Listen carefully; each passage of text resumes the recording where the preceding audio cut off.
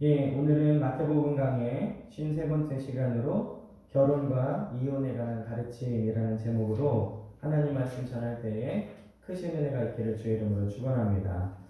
최근 한국 사회는 코로나19에 관한 것과 이 텔레그램에서 N번방이라는 것을 만들어서 여성을 상대로 성착취를 한 사건이 크게 이슈화되고 있죠. 이 N번방을 최종적으로 관리하는 박사라는 사람이 경찰에서 이제 신분을 공개를 했는데 조주빈이라는 20대 중반의 청년이었습니다. 근데 그는 심지어 미성년 아이들의 성착취를 하면서 보육원에 봉사활동을 하는 이중성을 보여왔다는 것이죠. 이 N번방을 최초로 만든 사람은 이 갓갓이라는 30대 중반의 회사원이었고요. 그리고 또 N번방과 비슷한 텔레그램방을 만들었다가 이번에 검거된 태평양이라는 사람은 그 나이가 16세 학생이었다는 것에 놀라운 그러한 그 사람들의 충격을 받았습니다. 이 N번방에 생해진 일은 입에 담기조차 부끄러운 심각한 이 변태 행위들을 피해 여성들에게 강요해서 협박을 한 촬영을 유포한 그러한 사회적인 굉장한 충격을 준 일이죠. 이 영상이 유포된 여성들의 인터뷰를 보니까 영상이 삭제되었다고 들어도 늘 불안함과 두려움 속에서 평생을 지내야 된다 이렇게 인터뷰하는 모습을 봤습니다. 이 N번방에서요 영상을 다운받기 위해서는 입장료가 20만원에서 최고 150만원까지 비용을 지불하는데 이 가상화폐라는 그 형식을 빌어서 입장료를 지불을 한다고 합니다. 근데 이 박사방이라고 불리는 텔레그램의 유료 회원수가 무려 26만 명이나 된다고 하니 이 어마어마한 사람들이 이 변태적 영상에 많은 돈을 쓰고 있다는 것을 우리가 알 수 있죠. 평범한 회사원, 일상생활에서 봉사활동을 했던 성실한 청년, 그리고 16세 학생이 이런 방들을 만들어서 영상을 유포했다는 것 자체가 우리 사회에 큰 충격을 주고 있습니다. 이 사건의 가장 큰 문제점은 여성에 대한 잘못된 인식과 물질 만능주의의 극단적인 병폐로 나타났다는 것이죠. 오늘 예수님께서도요, 가정의 소중함에 대해서 지금 가르쳐 주고 계신데, 오늘 예수님께서 가르쳐 주신 결혼과 이혼에 대해서 듣고, 우리 베들교회 성도님들은 하나님의 원하시는 귀한 가정들이 되시길 주의 이름으로 간절히 축원합니다. 첫 번째는 바리새인들의 질문입니다. 오늘 3절에 보면 바리새인들이 예수께 나와 그를 시험하여 이르되 사람이 어떤 이유가 있으면 그 아내를 버리는 것이 옳으니까 이렇게 물어보고 있죠. 예수님께서는 갈릴리에서 요단강 건너 유대 지역으로 지금 이동하셨습니다. 그리고 그곳에서 큰 무리가 따라서 그들의 병을 고쳐주셨는데 바로 그때에 바리새인들이 와서 예수님을 시험하는 장면이죠. 예수님의 놀라운 사역, 병을 고치고 사람들에게 말씀을 가르치는 그 사역 속에서도 바리새인들은 예수님을 늘 시험했다는 것입니다. 오늘 이 모습을 볼 때 예수님도 사역 속에 시험이 늘 있었던 것처럼 우리가 하나님의 일을 위해서 일을 할 때에 아무런 막힘이 없고 내가 계획하고 생각한 대로 술술 풀려져야 하나님이 함께 하시는 것 같지만 이 예수님의 사역도 시험하고 방해하는 악한 세력들이 있었던 것처럼 우리가 주를 위해서 살 때에도 그러한 시험은 늘 있다는 것을 기억하시기를 바랍니다. 그러면 우리가 말씀과 기도로 깨어있지 않으면 늘 이런 시험에 넘어질 수밖에 없다는 것이죠. 바리새인들은 예수님을 시험하기 위해서 여러 가지로 책잡을 것을 생각했습니다. 우리가 잘 아는 대로 가이사에게 세금을 바치는 문제, 그리고 현장에서 가늠하다 잡힌 여인을 어떻게 해야 되는가, 그리고 안식일에 사람을 고치는가, 이런 여러 가지 문제로 이 바리새인들은 예수님을 시험했죠. 바리새인들은 예수님께서 그의 교훈의 말씀 중에 어느 것 하나라도 혹은 오늘 나온 이 이혼에 관한 문제로 인하여서 사람들의 존경과 사랑을 잃게 되기를 희망하였던 것이죠. 그래서 그들의 시험은 다음과 같은 계획이었습니다. 만약에 예수님이 이혼은 불법이다라고 말하면 이혼을 허락했던 모세의 율법을 거스르는 원수다라고 비난하려고 했죠. 그리고 만일 이혼은 합법적인 것이다라고 말한다면 이 바리새인들은 예수님의 교리와 가르침이 이 메시아에 대한 기대에 미치지 못한 것이다라고 헐뜯으려고 이 질문을 했던 것입니다.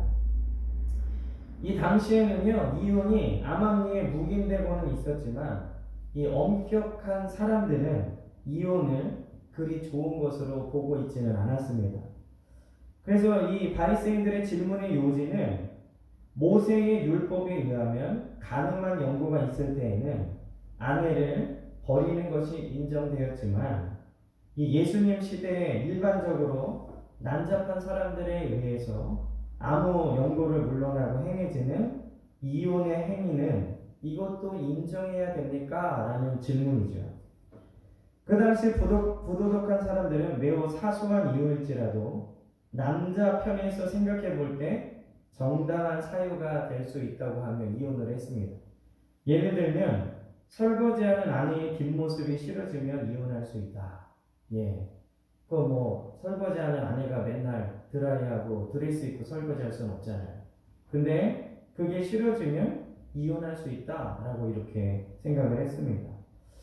이 사회적인 분위기가 이렇게 이혼을 묵인한 이유는 신명기 24장 1절을 잘못 해석했기 때문인데 신명기 24장 1절에 이렇게 기록하고 있습니다. 사람이 아내를 맞이하여 데려온 후에 그에게 수치되는 일이 있음을 발견하고 그를 기뻐하지 아니하면 이혼 증서를 써서 그의 손에 주고 그를 자기 집에서 내보낼 것이요. 모세가 말씀했던 신명기 24장에 보면 그를 기뻐하지 아니하면 이혼 증서를 써서 내보내라. 여기를 너무 광범위하게 해석한 거죠. 기뻐하지 아니하면, 그러니까 설거지하는 뒷모습이 기쁘지 않으면 이혼 증서를 써서 내보내는 겁니다. 그들은 이 성경의 말씀을 광범위하게 해석했기 때문에 아무 연구가 없어도 여자가 미워지면 그것을 이혼 근거로 삼았다는 것이죠. 우리 몇 분 빼고는 여기 다 결혼하신 분들인데 결혼해서 살아보셔서 알지만 이 배우자가 맨날 이렇게 예쁘거나 기쁘진 않죠. 어쩔 때는 화도 나고 밉기도 하고. 근데 그럴 때마다 만약에 이혼 증서를 써서 보낼 수 있다라는 자유가 허락되면 어떤 가정이 유지될 수 있겠습니까? 이 질문에 대해서 예수님께서는요, 이 당시 일반화되었던 자의적인 이혼들에 대해 단호하게 논박하심으로써 이것은 결코 합법적이지 않다라고 밝히신 것입니다. 예수님은요, 합리성이 결여된 법칙을 제시하셨거나 혹은 성경의 지지나 근거가 없이 예수님의 판단만으로는 말씀하시지 않으셨습니다. 그래서 예수님께서는요, 남편과 아내 사이의 결합이 중요하다라는 것을 말씀하시기 위해서 세 가지로 말씀을 하셨는데, 첫째는 아담과 하와를 하나님이 창조하셨다라고 4절에 얘기하고 계시죠. 이것은 이 바리새인들이 갖고 있었던 성경 지식의 기초에서 말씀을 하신 겁니다. 하나님이 아담과 하와를 만드셨기 때문에 이 결혼은 신성한 것이다. 만약에 지금 이 예수님 시대의 사회적인 관례처럼 아무나 이혼하고 또 새 장가를 들 수 있을 거면 하나님께서 아담과 여러 여자를 창조하셨을 것이다. 이런 의도에서 말씀하신 것이겠죠. 그리고 예수님이 결혼의 결합의 이 중요성, 신성을 말하기 위해서 두 번째로 말씀하신 것은 결혼의 기본법인데요. 5절에 보면 이렇게 기록을 하고 있습니다. 사람이 그 부모를 떠나서 아내와 합하여 그 둘이 한 몸이 될지니라. 예. 그래서 이 남편과 아내 간의 촌수는 부모와 자식 간보다도 더 가깝죠. 그래서 이 부자 사이의 관계, 부모와 자식의 관계를 쉽게 깨트릴 수 없는 것이 마땅하다면 그것과도 가까운 부부와의 관계, 촌수는 더 깨트릴 수 없다라는 그런 얘기입니다. 그리고 예수님께서 결혼의 이 신성함을 증명하기 위해서 말씀하신 세 번째는 이 결혼 계약의 성질입니다. 오늘 6절에 보면 이제 둘이 아니라 한 몸이니 그러므로 하나님이 짝지어 주신 것을 사람이 나누지 못할지니라. 결혼 계약은 하나님이 정해 주신 신성한 것이라는 것이죠. 그래서 결혼은 인격적인 결합입니다. 그 둘이 한 몸이 된다. 그래서 그 둘은 이제 둘이 아니고 하나다. 이 한 사람의 자녀들은 그 자신의 부분에 불과하지만 그의 아내는 자기 자신이다라는 얘기입니다.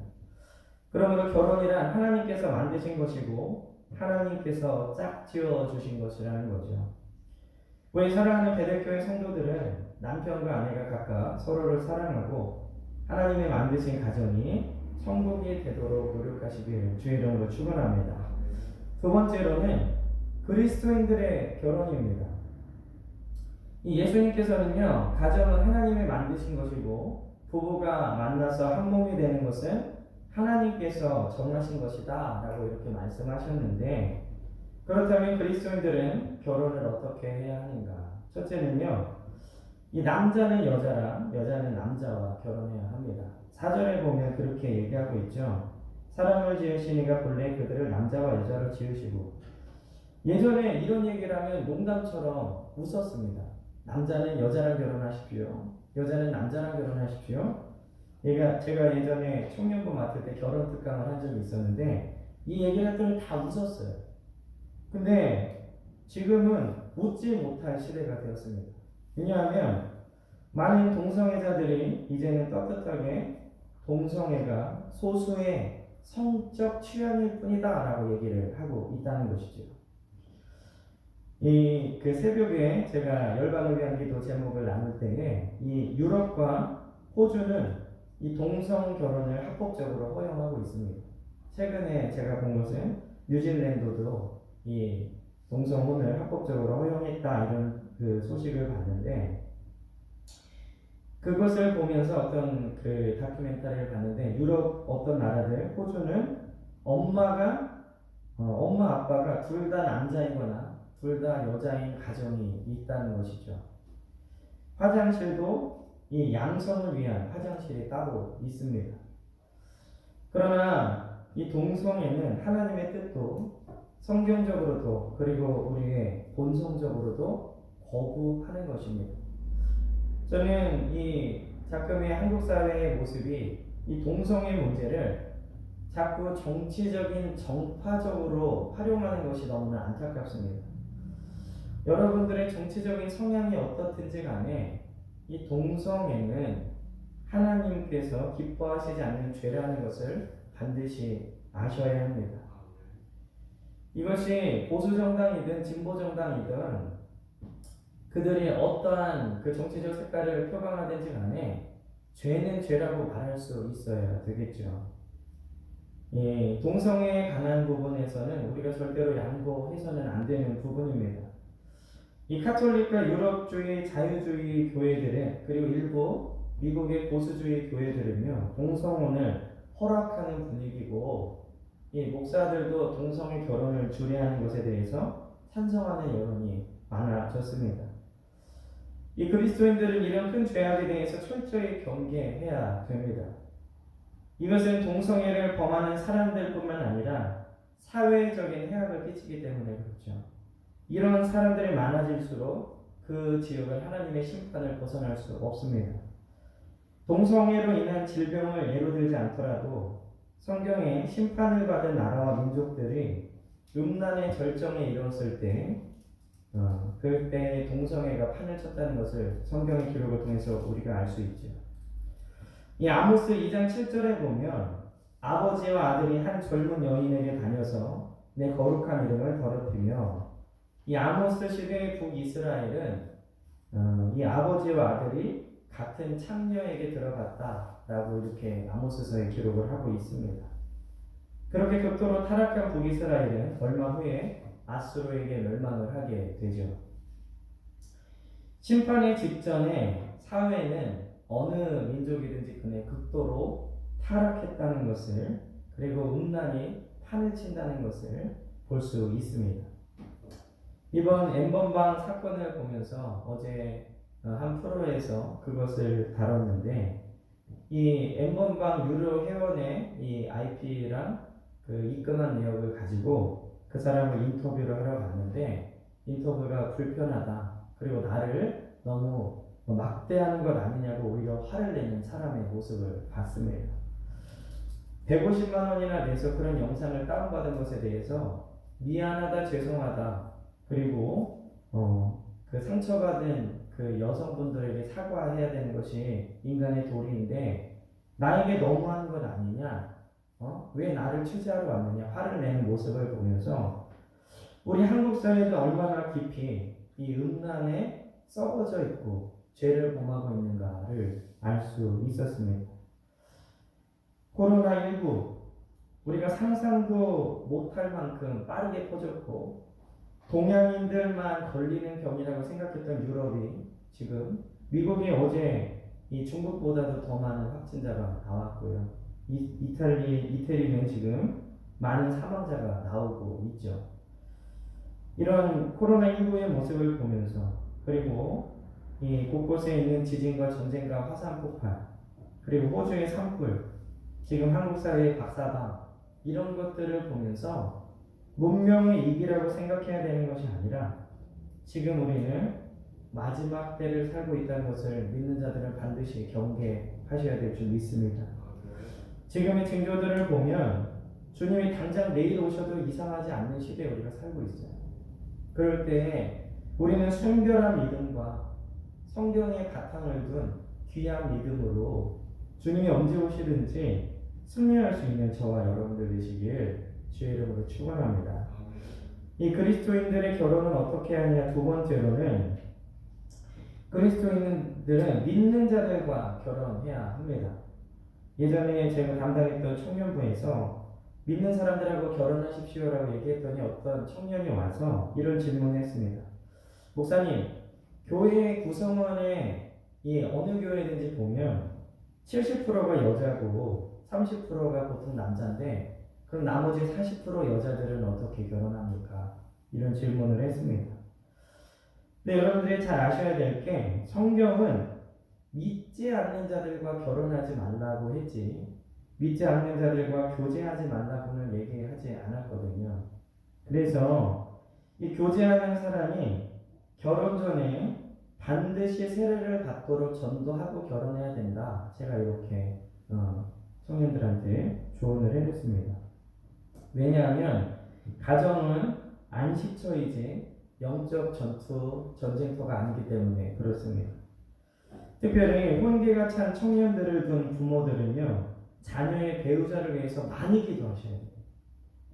믿음의 배우자들을 만나기 위해서 기도하시고, 지금 교제하고 있는 사람이 불신자면 그 사람이 예수 믿고 세례 받을 때까지 결혼을 허락하셔는 절대로 안 됩니다. 제가 부교육자를 20년 넘게 했는데 청년들을 많이 가르쳤습니다. 그리고 그때 가르쳤던 청년들이 지금은 30대 중반이 돼서 이 아빠, 엄마들이 됐는데 결혼 후에 교회를 나가겠다고 하는 말을 지키는 것을 거의 못 봤어요. 불신자와 결혼한 청년들 수년 후에 보니까 두 가지 모습밖에 없었습니다. 자유롭게 신앙생활을 못하고 겨우겨우 신앙생활을 하거나 혹은 그 청년도 교회를 떠나거나 두 가지 모습 중에 한 가지였다는 것이죠. 그러므로 우리는 자녀들을 위해서 그리고 가정을 위해서 기도할 때 믿음의 귀한 이 전수를 위해서 기도할 뿐만 아니라 믿는 자들이 마음껏 믿고 화목하게 신앙생활을 할 수 있도록 자녀들에게 그리고 자녀들을 위해서 기도하셔야 될 줄 믿습니다. 그리고 그리스도인들은 어떻게 결혼해야 되냐? 세 번째로는 부부는 한 몸이라는 거죠. 6절에 보면 그런즉 이제 둘이 아니요 한 몸이니 그러므로 하나님이 짝지어 주신 것을 사람이 나누지 못할지니라. 이 얘기는 뭐냐면 한 몸은 기쁨도 슬픔도 함께 나눈다는 얘기죠. 부부가 한 몸을 이루지 못할 때 가정은 불행하게 됩니다.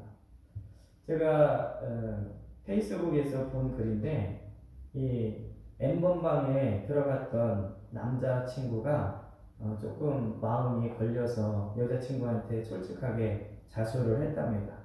근데 여자친구가 쿨한 척하면서 너 들어가도 용서해 줄 테니까 거기에 돈 내고 들어갔어 안 들어갔어 그랬더니 호기심에 돈 내고 들어갔다고 실토를 했더니 그 여자가 너 같은 놈들 때문에 한국 사회가 어두워진다고 그러면서 바로 헤어졌다고 이런 글을 올린 것을 봤는데, 젊은이든 나이 든 사람이든 어제 인터뷰한 사람 보니까 150만 원 내신 분은 한 50대 돼 보이더라고요. 근데 이 한국 사회가 얼마나 이 음란의 문제가 심각한가, 가정의 위기가 얼마나 많은가. 저번에도 말씀드렸듯이 마귀가 무너뜨리려고 하는 두 개간의 교회와 가정밖에 없습니다.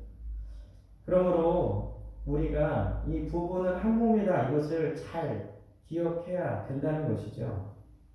부부가 한 몸을 이루지 못할 때 가정이 불행하게 됩니다. 육체적인 한 몸일 뿐만 아니라 이 부부는 경제적으로도 신앙적으로도 한 몸이 되어야 되죠. 만약에 배우자의 믿음이 연약하다면 배우자의 믿음을 위해서 기도해야 됩니다. 그리고 부부끼리 믿음의 차이가 너무 많이 나면 행복하지 못하게 될 수도 있기 때문이죠. 믿음이 강한 사람은 믿음이 약한 사람을 무시하지 마십시오. 상담을 해보면 이 믿음 좋은 여자 집사님이 남편의 믿음이 연약한 것 때문에 은근히 무시하는 말들을 많이 하더라고요. 근데 말을 해보면 알지만 그것 때문에 오히려 믿음이 안 자랄 수 있기 때문에 믿음이 강한 사람은 믿음이 약한 사람을 무시하지 말고, 믿음이 약한 사람은 믿음이 좋은 사람을 광신자 취급하지 말아야 합니다. 그래야 가정에 평화가 있죠. 그러므로 이 부부가 아름답게 믿음이 성장하고 하나님을 잘 섬길 때에 그 가정에 진정한 복이 임합니다. 자녀들의 앞길도 하나님께서 시온의 대로와 같이 열어주게 되는 것이죠. 그러므로 우리 믿는 자들은 항상 가정을 위해서 기도해야 될 뿐만 아니라 배우자, 자녀들을 위해서, 그리고 특별히 우리 가정의 믿음을 위해서 날마다 기도하셔야 될 줄 믿습니다. 마지막으로, 그러면 그리스도인들도 이혼을 할 수 있는가입니다. 오늘 9절에 보면 내가 너희에게 말하노니 누구든지 음행한 이유 외에 아내를 버리고 다른 데 장가드는 자는 가늠함이니라. 이 예수님을 시험하기 위해 했던 질문들의 대답을 들은 바리새인들은 예수님께 두 번째로 질문하는데, 그 질문을 예수님은 그러면 이혼하는 게 합법적이지 않다라고 가르쳐 주시는데, 그러면 모세는 왜 이혼 증서를 써서 버리라고 명하였습니까? 이렇게 물어보고 있죠. 근데 위에서도 말씀드렸지만 바리새인들과 당시 유대인들은 모세의 율법을 지나치게 광범위하게 해석을 했습니다. 그래서 오늘 이 바리새인들의 질문 7절을 보면 이혼 증서를 주어서 버리라 명하였나? 그러니까 이렇게 물어보고 있죠. 이 바리새인들은 모세가 버리라고 명했다, 꼭 버려야 된다 라고 말한 것처럼 해석을 하고 있습니다. 근데 예수님은 이혼에 대해서 허용하고 있다라고 말씀하고 있죠. 모세가 그것을 허용하고 묵인한 이유는 바로 인간의 완악함 때문에 잠깐 일시적으로 어느 부분만 허용한 것이지 명한 것은 아니다라고 말씀하고 있는 겁니다. 우리 한국 사회도 서구 유럽처럼 이혼율이 날마다 증가하고 있다고 합니다. 요즘에는 황혼이혼, 또 조론이라 그래서 이혼은 아니지만 결혼을 졸업하고 각자 따로 남은 인생을 즐기자, 이렇게 노년기의 이혼도 증가하고 있는 추세죠. 근데 이 성경은 이혼에 대해서 몇몇 경우에 한해서만 허용하고 있습니다. 제가 몇 가지를 말씀드리는데, 이것은 이혼을 해도 된다라는 게 아니라 허용하고 있다라는 예수님의 가르침을 여러분들이 잘 이해하면서 들으셔야 됩니다. 어떤 경우에 이혼을 허용하고 있느냐? 첫째는 예수님께서는 음행한 이유가 있으면 이혼을 허락하셨습니다. 오늘 9절에 나오고 있죠. 음행은 부부관계 외에 범한 모든 음란한 행위라고 할 수 있습니다. 이것에 대해서 여러분들이 어느 정도까지 그러면 음행입니까? 라고 한다면 가장 보수적으로 생각하십시오. 육체적인 관계를 다른 사람과 범했을 때의 음행이다. 아니면 마음을 줬을 때의 음행이다. 여러분들이 생각했을 때 가장 보수적으로 생각해서 음란한 행위, 어쨌든 가장 마지노선은 이 육체적으로 음란을 행했을 때입니다.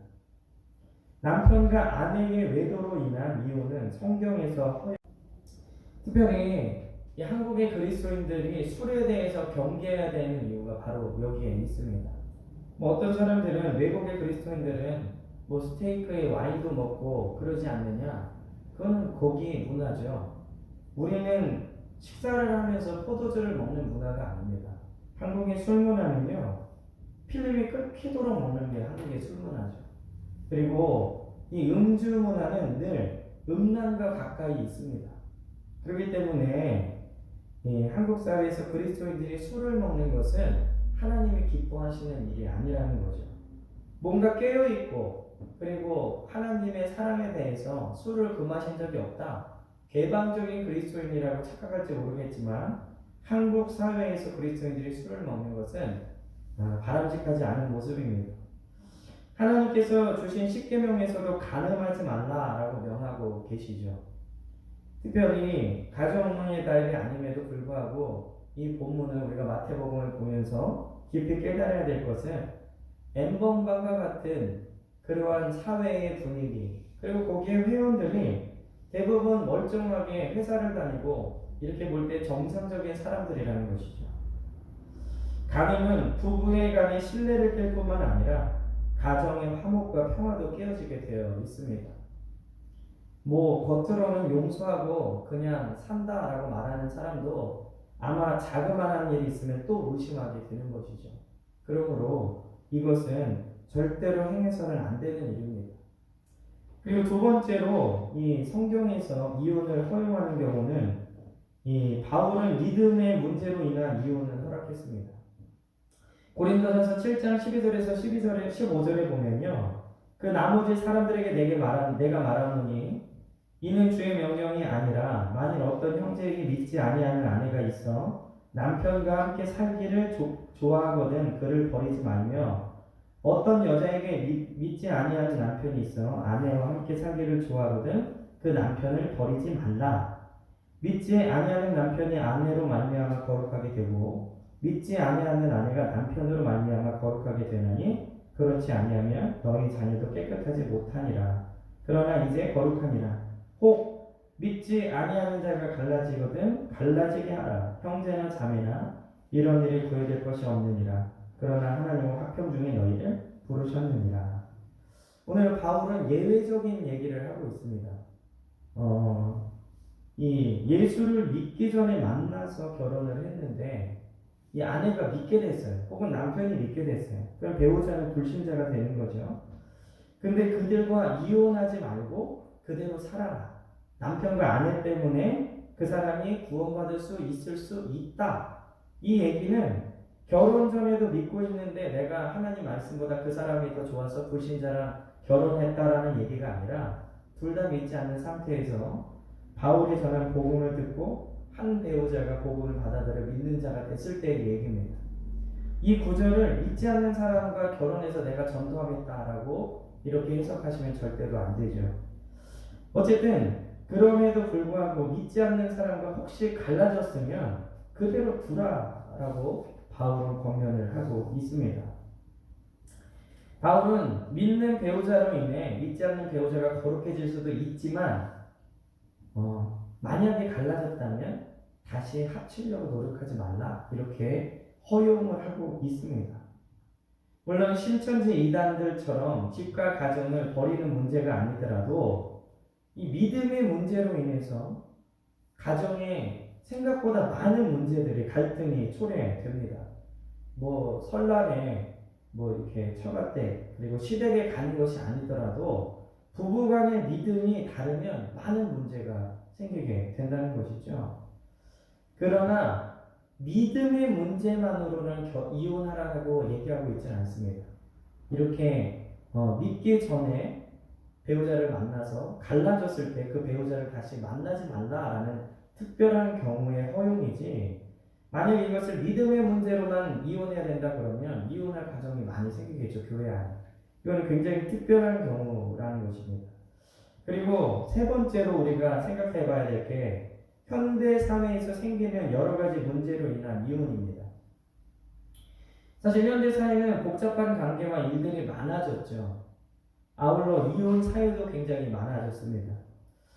한국에서 이혼 사유를 이렇게 조사한 것들이 있는데, 첫 번째가 배우자의 외도입니다. 그리고 두 번째가 경제적인 문제로 이혼하는 경우가 많더라고요. 근데 성경은 경제적인 문제로 이혼하는 것을 허락하고 있지 않습니다. 그러나 현대 사회에서 생기는 다양한 문제에 대해서 이 은행과 믿음의 문제 외에 절대로 이혼하면 안 된다라고 하기에는 너무나 다양한 가정 문제들이 있죠. 예를 들면 이 남편이 술을 먹고 도박을 하고 가정에 폭력이 너무 심해서 아내나 어린 자녀들이 이 맞다가 죽는 경우 뉴스를 보면서 있죠. 이런 경우에는 어떻게 해야 되는가? 아내와 어린 자식들이 죽도록 맞고 사는 집은 어떻게 건면해야 되는가? 음행하지 않았고 그리고 믿음의 문제가 아니기 때문에 맞더라도 뭐 운명이니 하면서 살라라고 과연 분별할 수 있는가? 이 성경은 더 큰 원칙을 우리에게 제시해 주는데, 어떤 경우를 보더라도 가장 우선은 생명의 원칙입니다. 이 아내랑 아이들이 가정에 있으므로 생명의 위협을 느낄 만큼 폭력이 심하면 그 경우에는 이혼을 허용해야죠. 예수님께서는 5명이나 되는 남편에게 버림받는 수가성의 여인을 위로해 주셨다는 것을 우리가 기억해야 됩니다. 한국 사회는 앞으로 이혼하는 가정이 더 많아질 수 있는 가능성이 큽니다. 음란의 문제가 판을 치고 있고 또 사회적으로 그러한 분위기를 허용하기 때문에 그렇습니다. 이혼을 쉽게 허락하거나 이혼을 장려하는 것은 아니지만 여러 가지 이유로, 특별히 생명과 관련된 이유로 이혼하는 사람들에 대해서 이혼한 사람들은 죽을 죄를 범한 죄인이라는 낙인보다는 예수님께서 그러셨던 것처럼 교회가 위로하고 그들의 아픔을 만져줄 수 있는 곳이 되어야 됩니다. 하나님께서 만드신 두 기관이 교회와 가정인데, 가정에서 아픔을 당한 사람들의 위로를 받을 곳이 교회가 되어야 되죠. 가정에서도 아픔을 당했는데 교회에서까지 정죄하고 죄인 취급을 한다면 아픔을 당한 사람들은 갈 곳이 없습니다. 그러므로 교회는 이혼을 없애기 위해 최대한 노력하고 가르쳐야 하지만, 제가 앞에서 말한 것처럼 그렇기 때문에 그리스도인들은 믿음의 가정을 꾸려야 되고 최대한 이 갈등의 요지를 없도록 출발을 해야 됩니다. 그러함에도 불구하고 가정에서 아픔을 당한 사람들에 대해서는 정죄할 것이 아니라 위로하고 예수님의 사랑으로 감싸 주어야 될 줄 믿습니다. 오늘 이 결혼과 이혼에 대한 가르침을 들으시면서 우리 사랑하는 베델교회 성도님들은 가정을 위해서 더 많이 기도하십시오. 그리고 우리 청년들은 앞으로 꾸려야 될 가정을 위해서 미리 기도하십시오. 그리고 믿는 배우자가 세상에서 멋있는 사람이 아니라 하나님 보시기에 멋있는 사람이 내 눈에도 멋있어 보이도록 위해서 기도하시기를 주의 이름으로 축원합니다. 하지만 가정에서 아픔을 당한 사람이 혹시 있다면 우리 베델교회 성도들은 교회에서 위로를 받고, 우리가 그런 사람들을 죄인 취급하고 견눈질하는 것이 아니라 예수님의 사랑으로 감싸줄 수 있는 그러한 주님의 위로가 있는 귀한 교회가 되기를 주의 이름으로 간절히 축원합니다.